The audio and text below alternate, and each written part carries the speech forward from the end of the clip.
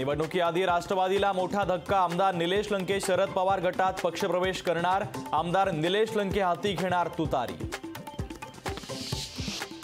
विजय शिवतारे बारामतीमधून लढण्यास इच्छुक। बारामतीमध्ये अजित पवारांच्या अडचणीमध्ये वाढ होण्याची शक्यता।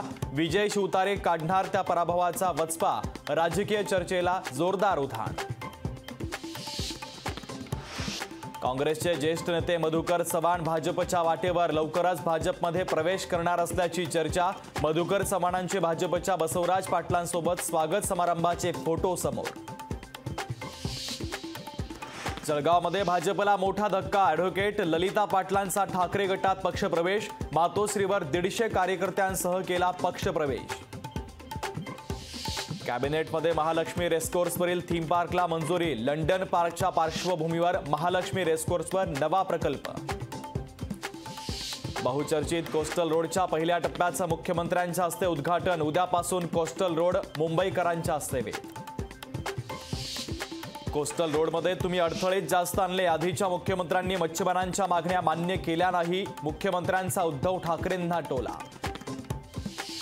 आम्ही दुसऱ्यांच्या कामाचं श्रेय घेत नाही। प्रकल्पाच्या परवानगीसाठी काहींनी फक्त दिल्लीला फेऱ्या मारल्या। देवेंद्र फडणवीसांचा आदित्य ठाकरेंना टोला। निवडणूक रोखे प्रकरणी सुप्रीम कोर्टानं एसबीआयची याचिका फेटाळली। उद्यापर्यंत निवडणूक रोख्यांची माहिती द्या, कोर्टाचे आदेश। ईडी भाजपचा सहकारी पक्ष असल्यासारखं वागतोय। भाजप सत्तेत आल्यापासून 115 विरोधी नेत्यांची ईडी चौकशी। ईडी कारवाईवरून शरद पवारांचा हल्लाबोल। लोकसभा उमेदवारीच्या चर्चांना अभिनेता नाना पाटेकरांकडून पूर्णविराम। राजकारण हा माझा प्रांत नाही, कुठून निवडणूक लढू तुम्हीच सांगा, नानांचा पत्रकारांना सवाल। मुंबईच्या माझगाव डॉकमधून एकाला एटीएस कडून अटक। हनी ट्रॅपचा प्रकार असल्याची माहिती तर संवेदनशील माहिती पाकिस्तानी गुप्तचरांना पुरवल्याचा देखील तपास यंत्रणांना संशय।